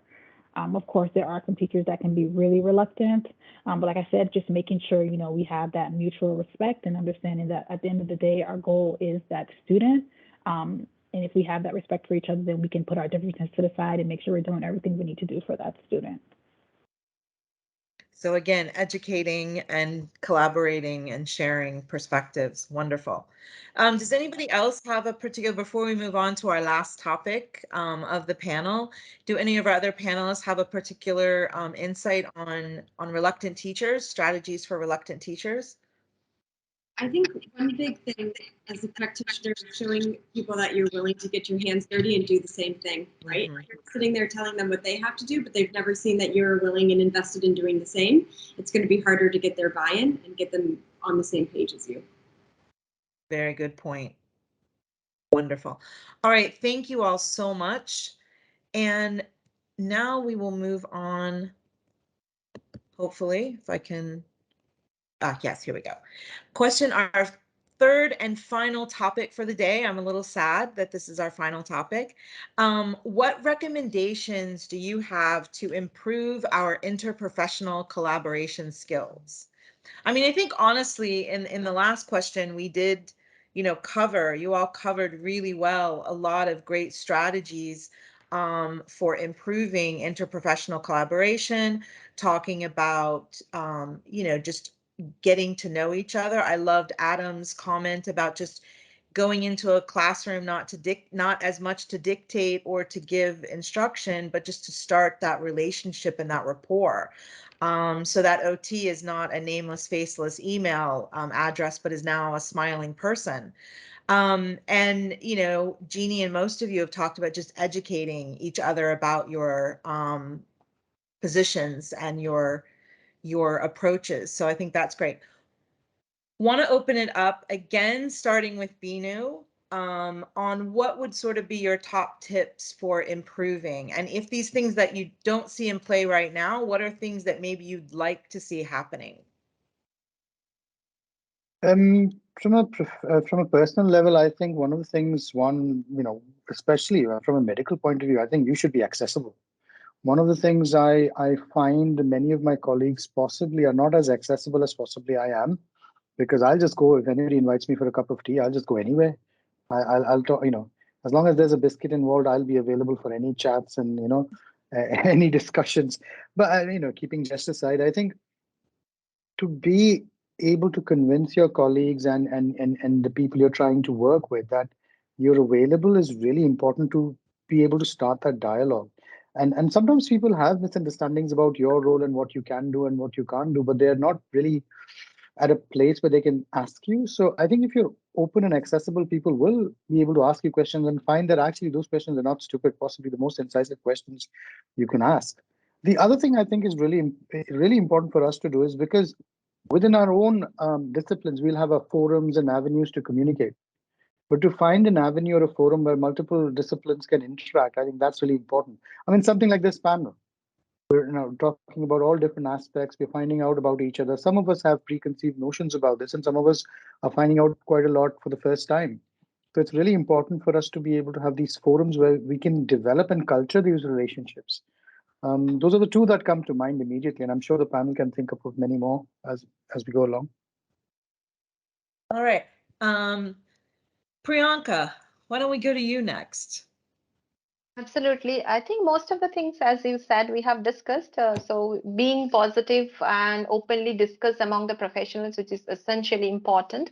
And it's okay to voice out our own concern and disciplines because no one is right and wrong. I think everyone is right on their references. So it's always good to have a good conversation among the professionals. We can, enrich our knowledge across that way.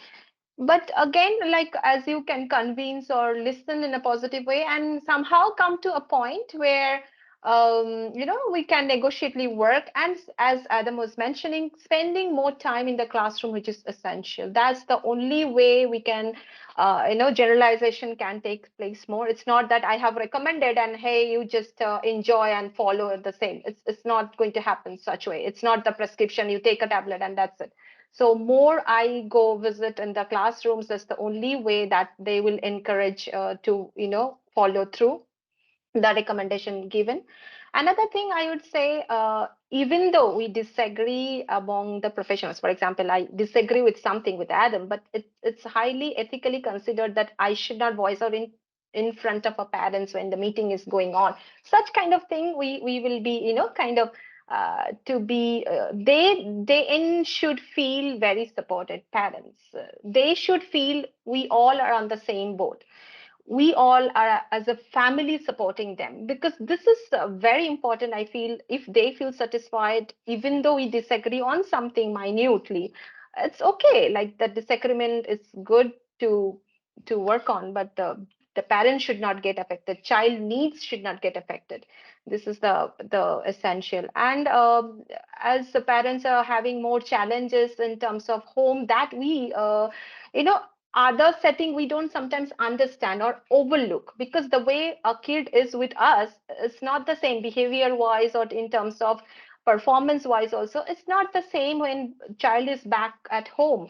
So if their parents is saying sometimes like overshadowing or over they're saying yeah, child does it independently, so and actually practice something different in the school. So it's always good to call the parents here, understand, show through the demo session, or else vice versa. We can ask the parents also to send us a video. Okay, if you feel so, can you send us a video? So kind of a positive way we can teach them so that they don't feel also ego is not hurt and somehow the goal is met.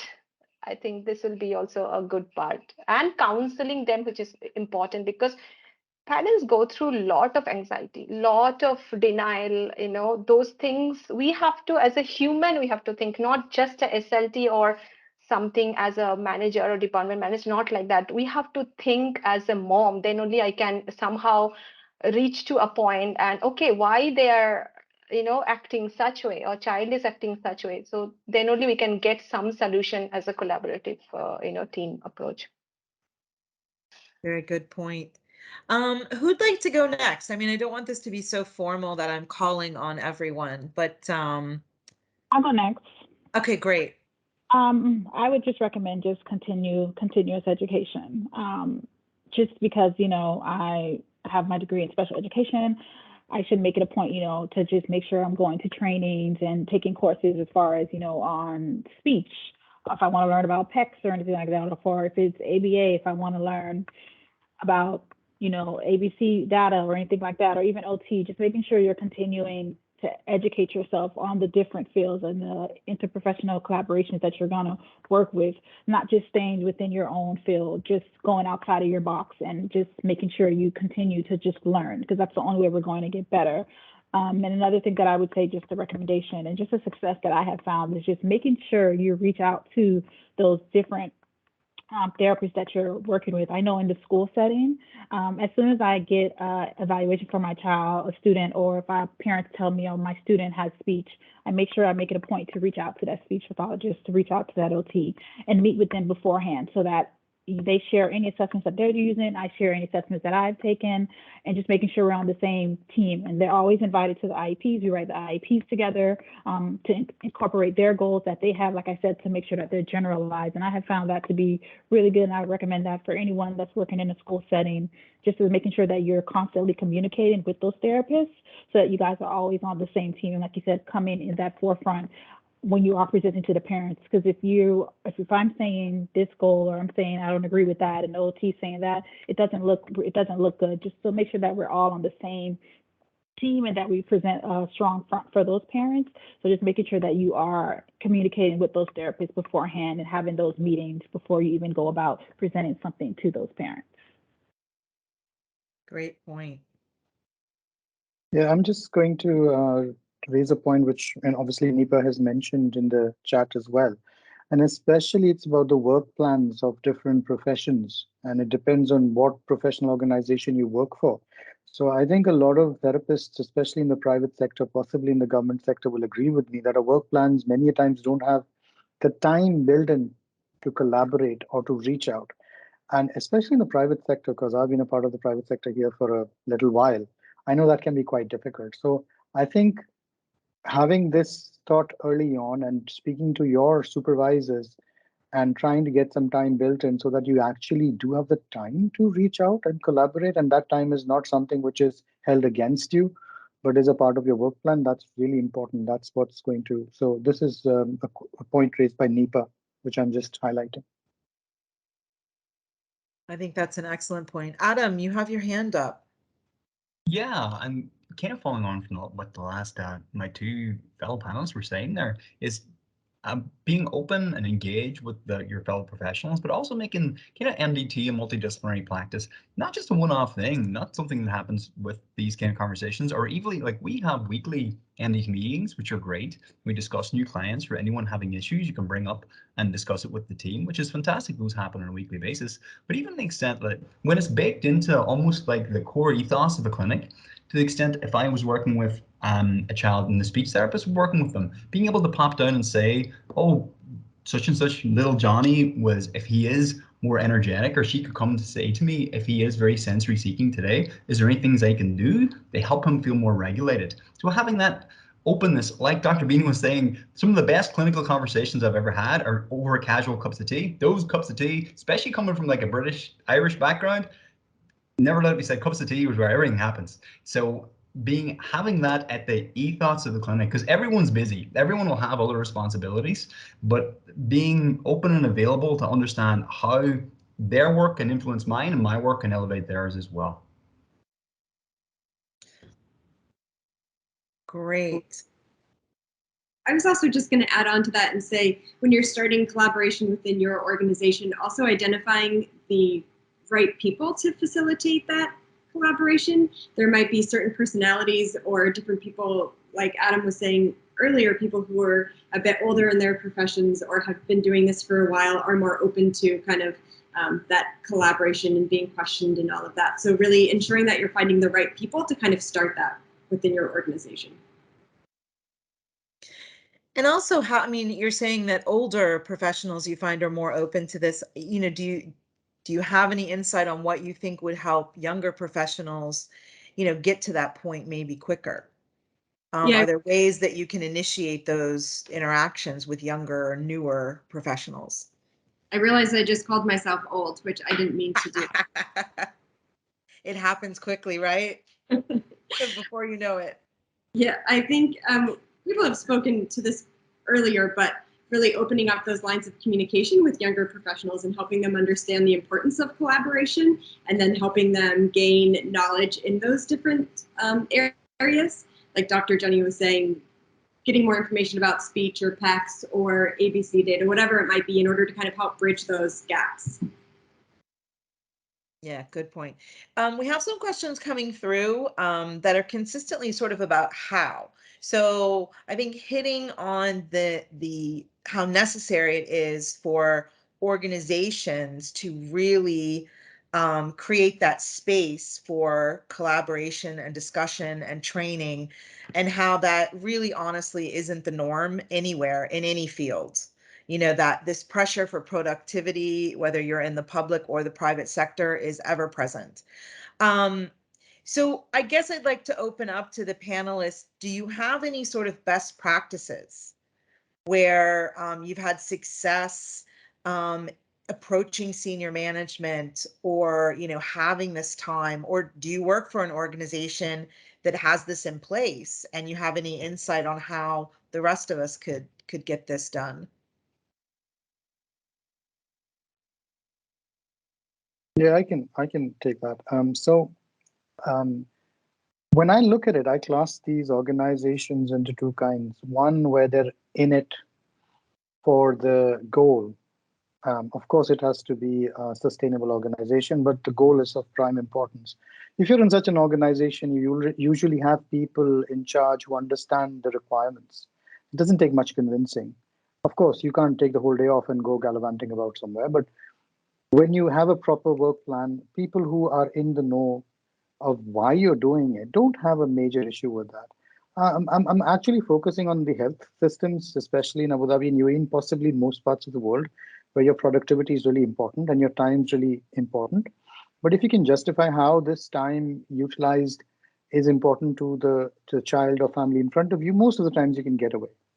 For everybody else, that means the type B organization where productivity is actually at the key of everything else, I usually frame my requests in a way that if I don't get to do that, their productivity is seen to be falling. So I present it in an opportunistic manner in which it's a win-win for both them, for me, and the family.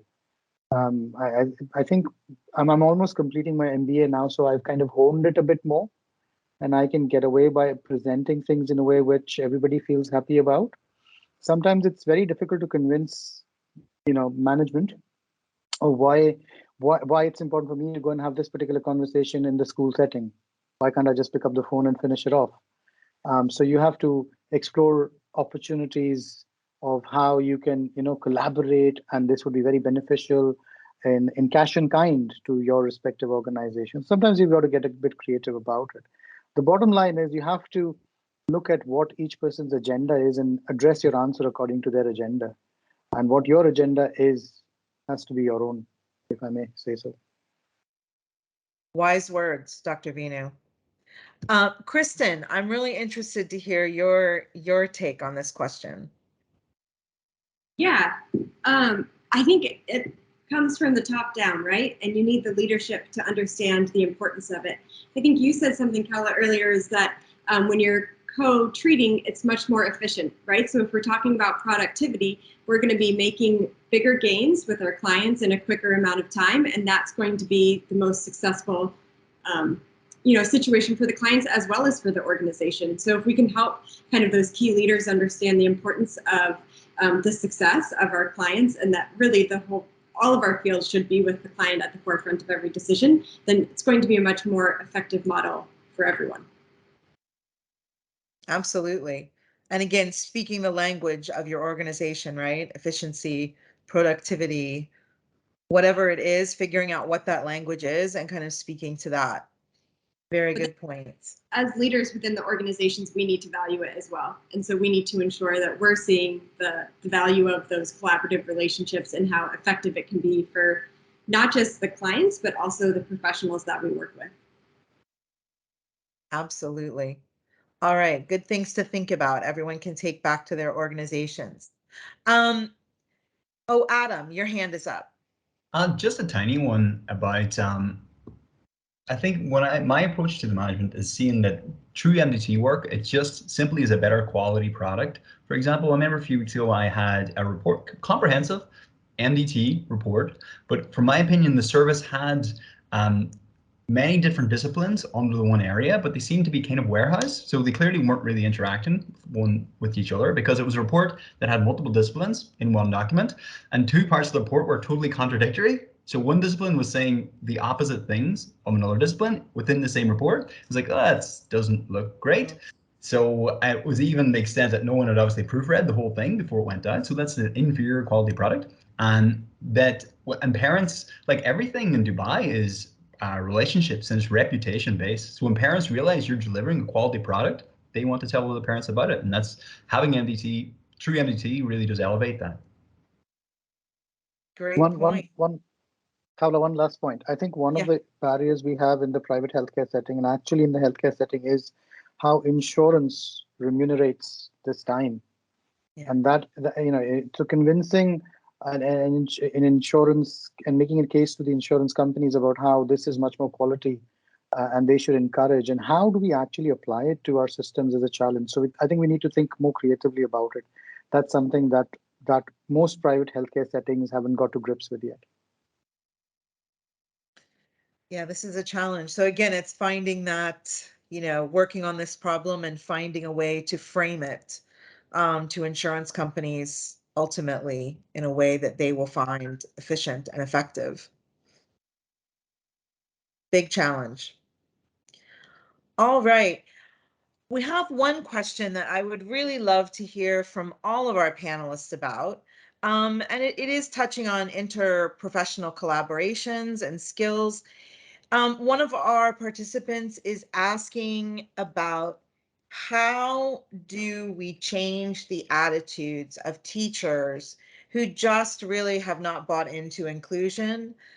They believe that students of determination are better served in special education and not integrated and included into mainstream education.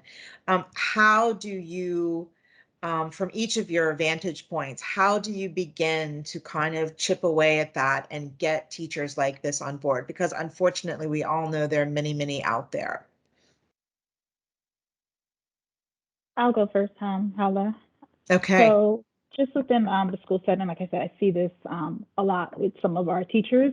And again, it goes back to what we were saying. I think that a lot of the teachers that may have this opinion, a lot of times it's because they don't understand or they don't have the education behind it. So it's making sure, helping them understand that through some trainings, webinars and things like that. And also just me as the inclusion specialist going into the classroom and showing them exactly how to do it, like how to make sure that you are making sure that you're including everyone in the classroom and not necessarily just the students that might have, the different needs. But just going in the classroom and actually showing them and exhibiting what inclusion looks like, and just what inclusion looks like even just within the staff, and how we make changes and accommodations for staff members in the school, and just bringing that into all of those points and bringing it into the classroom. That seems to help those teachers understand that. Of course, there are some teachers that it takes a little longer, and honestly, there are some teachers that you just can't change their mind. They just think that, some students should not be at the school, and they think that some students should not be mainstream. And don't get me wrong, there are some cases where some students do have to be in specialized schools, but that's what inclusion is. We want to make sure that everyone is we have a mainstream and we have a transition plan for those students, and we just make sure that we're providing all the strategies and techniques that those students need.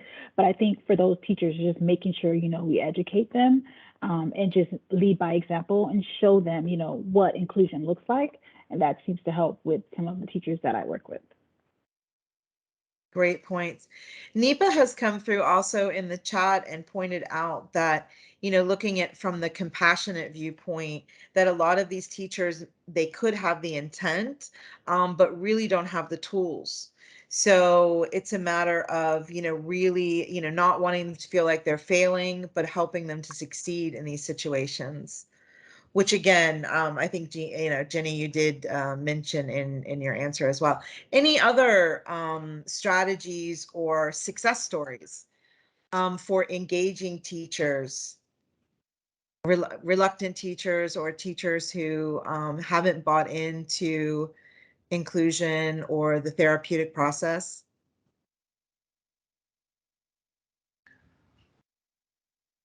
I can talk a little bit about one or a few occasions. Like Again, as always is the case, I tend to see things from their perspective. So playing devil's advocate and realizing, oh, maybe they see this young person who is in the class and isn't attending to the lesson, and maybe there's just inclusion from their perspective means they have a chair in the classroom, they're included as in their body, is in the room, but they're not really engaging with the learning material, and they're worried. If you imagine from that teacher's perspective that any student, there's an opportunity cost to every day, that would they be better served and a different service? And this was a conversation that was going on very intensely when I was an undergrad back in Ireland about the idea of inclusion being like the pot of gold at the end of the rainbow. That was the be all and end all, but it needed to be more than just the child being present in the classroom. Like Jenny was saying, how inclusion is done well, and it's a beautiful thing when you see it really well realized, but it does need to be thought out well, and that teacher needs to be supported then, and to identify this is how we can help the child engage. Like I talked before, when I do classroom recommendations, how my work will attempt to make the child more available for all that lovely learning and development, because it does need to be more than the child's body is included. There's the student experience and being there with the peers, but also tailoring it to get their maximum developmental potential from being in that space. And I think it's definitely, I've had it with many, many teachers. They kind of push back against, well, look, what you said about them not having the right tools for the job, then okay, then I'll try and help them expand their toolkit a little bit more. And especially if they can have specific small things that we can identify, this work on this for the next 3 days, we're using these tools, and see if it makes any difference. I think if you make, it's more about the progress. It's if they feel there's an impasse and they're making no progress at all, then anyone gets frustrated if they don't know what the future looks like. And then if they can see a little bit of directionality, a little bit of hope, a little bit of developmental momentum, then you tend to get everyone on the same page. Absolutely. And Nipa's also in the chat box coming through with just, can we normalize saying that, things are hard to do? That you're having maybe some uncomfortable feelings because it's not something that you're used to. I mean, how do people feel about that? Is it something that, you yourself are okay saying? Do you find that this is the case with many, reluctant teachers, or what's your response to that comment? I think that like what everyone's saying in the chat, it is true, because a lot of teachers feel, I realized at the beginning of the school year when I make the inclusion registry and I talk to those teachers and they're just like, oh boy, I'm gonna have, some of these kids in my classroom. They're kind of reluctant about it because they feel like it's going to be extra work, or they're just gonna have to, do more things or collect more data and things like that. So just coming in as, the specialist and making sure, like you said, coming from compassion and understanding, I know this might be hard and I understand this is difficult, or you might not understand the needs of some of these students. So it's really important that, like I said, we provide those resources and those tools for them to show them how they can be effective in the classroom. We're all teachers, we're all here to learn. So just making sure you provide them with those tools that they need. And if they mess up, it's okay. Just making sure you're there to help catch them if they fall. Like, I'm here to support you. I'm going to show you what it is you need to do. I make mistakes as well, and just showing them the right way to go about providing services for those students while they're in the school setting, to help and support them. But I definitely, you have to come from compassion and understand some people just don't know. They don't know what to do. And it's your job to make sure you provide them those resources and tools and make sure that they're effective in the classroom. Yeah, and I'm hearing in your answer kind of a theme that's been echoed by, many of Priyanka's comments and Adam's comments as well about partnering. And just, you're not prescribing, you're not giving a list or, a medication, but you're in this with them. And, you're going to try things, and you can pivot and you can change course as needed. But it's a team effort. And Kristin, you have your hand up. Yeah, I think it also starts with, just like you were saying, an open and honest conversation around why they're feeling that way, or their past experiences that are leading them to feel this way, because we can kind of help identify their past, then we can help build their future, and figure out what we can do differently in order to make it a more successful experience for them. Yeah, exactly. And I think some of the comments coming through now, Nipa mentioned, ensuring that these teachers feel that they're still in control of the students and the classroom setting, like this is still their classroom. And Dr. Teresa has also said, just considering past experiences. why a teacher may feel that way. They didn't just wake up one morning being, kind of anti-inclusion, but perhaps they were in a negative environment before. So just really trying to tease through and have those conversations. Priyanka, you have your hand up as well. Yeah, just to put one point across before making a decision of sending it to the mainstream or inclusion, so-called we say, we need to understand whether the child is ready or the prerequisite is ready in terms of, for example, sitting tolerance, they know to communicate basic needs, at least the functional communication, or kind of peer group relationship has been built to send the case from a special needs sector to a mainstreaming. That is again essentially important as a team to discuss before, and definitely parents plays a vital role in it as well. Definitely they will be the one who will be initiating probably, but again as a team member we have to really put the things across. Okay, this is the status, and then then if still they are going to decide to move on, then it's again highly important, as we all of us are discussing, the training to those sectors is very important. Even I feel in the Autism Center, in classroom setting and the clinic setting is different. For example, clinic setting, we have one-on-one ABA session, whereas in the classroom setting, the criteria itself differs. For example, level of autism or level of functioning or sitting tolerance. There are so many domains we will be looking into before, clubbing the kids in a classroom. So day in, again, it's a clinical judgment among the disciplines or the team, that whether this child is fit for what setting, where we can emphasize more on their strength rather the weakness. The child in it should not get frustrated that where I am, or they feel supported. So this is, I think, very critically, it's tricky thing to decide when and what and how, and then make the stage ready for the show. Absolutely. Setting the stage. That's wonderful. Then I want to, first of all, thank everyone. This has been a really wonderful conversation. And again, thank you to Dr. Michelle and Dr. Sarah for assembling such a, really engaging and well-rounded panel, because I think it's been, having so many different perspectives has been really, enriched the conversation.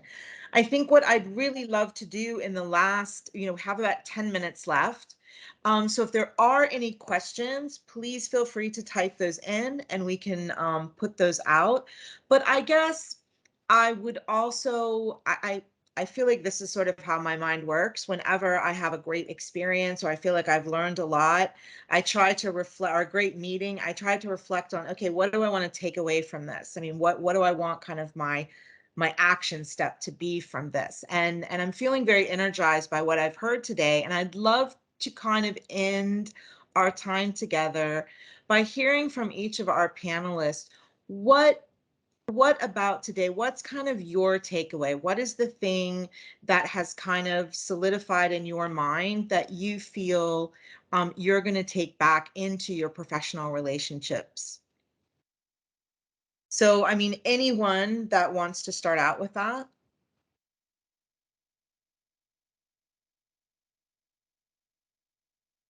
Okay, come on, Adam.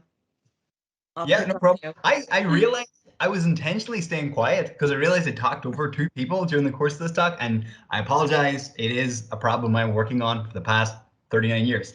But yeah, the main thing for me, I'm really actually empowered after the end of this. So we've done quite a few of these conferences this year, especially. And this one, it's really makes me feel very hopeful, because there's lots of good things about the actual function of MDTs and in a clinical space, how that translates. But more than anything, it's about the responsibility for me of every individual and the impact you can have as even like a head of department, but even as a junior therapist, or as anyone in part of it, as a teacher, as an LSA, as anyone at all, how you can really be a part of a collaborative enterprise of working in synergy with other disciplines, and it's all working together. It's not one person will do it, but how it's everyone's responsibility, but it's also everyone's kind of opportunity to effect really true MDT practice. So that makes me feel very hopeful. Great. We like ending on a hopeful note. Who wants to share next? I think I'll go. Yeah. I think kind of, again, ensuring that time for collaboration, like a lot of people spoke about, making sure that it's a productive part of other people's jobs as well, not just making it more productive for the clients and their success, but also for the professionals. And then I think in training young professionals, like we discussed, really making sure that they have great role models in terms of open and honest collaboration. Good point. Good role models.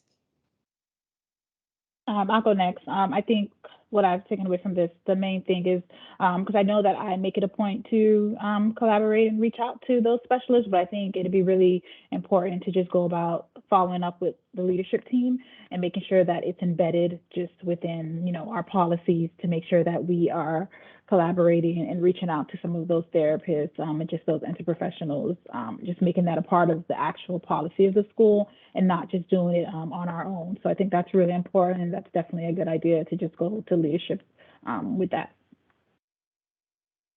I think that's a great point, Jenny, especially I find here in the UAE. You know, unfortunately, often you find a really enthusiastic person in any given institution, and you make a lot of progress and you see a lot of change. And sometimes when that person moves on, you know, you have to start a bit from scratch. So really, each and every one of us working within our own organizations to kind of institutionalize these best practices that we see having an impact. That's an excellent point. All right, who wants to share next? Yeah, as everyone mentioned, it's very important when a newcomer joins in the center. It's, as a leader, it's highly important that we really give an orientation program which is quite elaborated, and we literally, because they are newcomer, they are the new member in the family, so they will not know exactly how we do collaborate in the department or across the department. So it's highly important they should, they should get trained more as a mentorship program or something we offer here very often.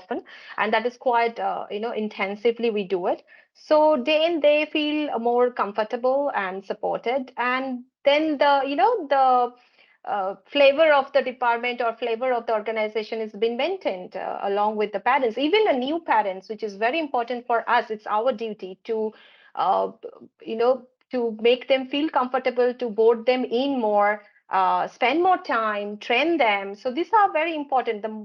The moment we feel we are on the same boat, I think this is much easier to run the kind of relationship among us. I think this will, and then effectiveness and the positivity will be much more then. Absolutely wonderful. And Dr. Binu? I don't think so. I've got much more to add to that, to be honest. I think all the main points have been covered. I think from a medical point of view, especially in the pediatric world, I think we really have a lot of work to do to introduce what each specialty means to us. Because in my particular field, as a developmental / neurodisability pediatrician, I'm very much used to working in a team, as a part of a team which is not medical. But most pediatricians, their collaborations are quite limited. But unfortunately, they're the ones who are seeing these children as first line of defense. So I think we need to spread the word and possibly have more informative, possibly seminars or conferences where we present our team, this whole team effort as a package and not just individualized, this is what I do as a neurodevelopmental pediatrician, but this is what me and my colleagues do. And I think that will be really useful for them to be able to support, because as the first point of contact, they really have a lot of impact, and they have a lot of impact on where the family goes and who they see and what they do and how they understand the journey. So hopefully that's something we could build on. I love that idea, because when you mentioned that, my first thing was, okay, what can we do? Because you're correct. A lot of families, they don't right away come to the neurodevelopmental specialist. And maybe they're not even aware that they need intervention or they need help. So they're seeing just a pediatrician or, a nurse practitioner who's giving a vaccination or whatever the point of contact is, and where to go from there, and how can, this network of professionals really be a support. So I love that idea. I'd love to hear people's ideas, or just, after this, have these conversations about how we can impact this as a community. Another thing, Khawla, I would mention, like self-evaluation is very important. Constantly, if the leaders are running a self-evaluation, among the professionals or in the department on a regular basis, for example, it could be term, it could be year, whatever it's suitable, or time constraint wise, whatever fit to the organization should be good, because then we can create focus group, or we can keep adding to the policies or system, what is going well, what's not, and then keep reviewing it. It's very important how best we can offer tomorrow rather today. Absolutely. I love that. Any parting words from our panelists? I mean, our time is rapidly coming to an end, and I definitely want to give you the opportunity, if there's any, point that you want to make, or question to the group, whatever. Final words.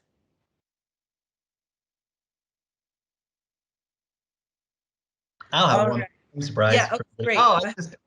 Well, it was really good to hear that everyone's position. And the one thing we didn't have any of, there was no defensiveness. No one's in any way like protective or like sensitive about their discipline being under threat, because it's not about that at all. It's more about, again, like we said so many times, that collaborative enterprise and being open to one another. So I think that that's sort of not being sensitive and being kind of positive moving forward in terms of MDT. That's my takeaway, and I think that's the thing to kind of cling on to. Is it's not about, there's no need to be defensive, because we're here to support one another, and ultimately all here to support the same child to meet their full potential. Yeah, I think you all, if I can give a little shout out to the panelists, I think you all have really done a great job of modeling exactly what we're talking about here today. Of being open, hearing each other's point of view, collaborating, and working together. So thank you so much for all your positive energy and your great modeling. So we have come to the end, but there are a few things I want to point out. In the chat box, Dr. Michelle has shared an article that she feels will be very beneficial to the group. So please, take a look at that, copy the link, or perhaps download that. Additionally, an evaluation and the evaluation and link for the application for the CEUs is also in your chat box. So please, everybody, we would ask you to please fill out the evaluation form. It will not take very long, and it helps the gang at Emirates College prepare better and better opportunities and professional development sessions like this. So we'd really appreciate your feedback. As well, for those of you who are Arabic speakers in the audience, or within your network, if you have Arabic speaking colleagues, tomorrow at the same time, we will be hosting, or not me, but Amna will be hosting the same panel with different panelists, and they'll be having the same conversation. Well, not the same conversation.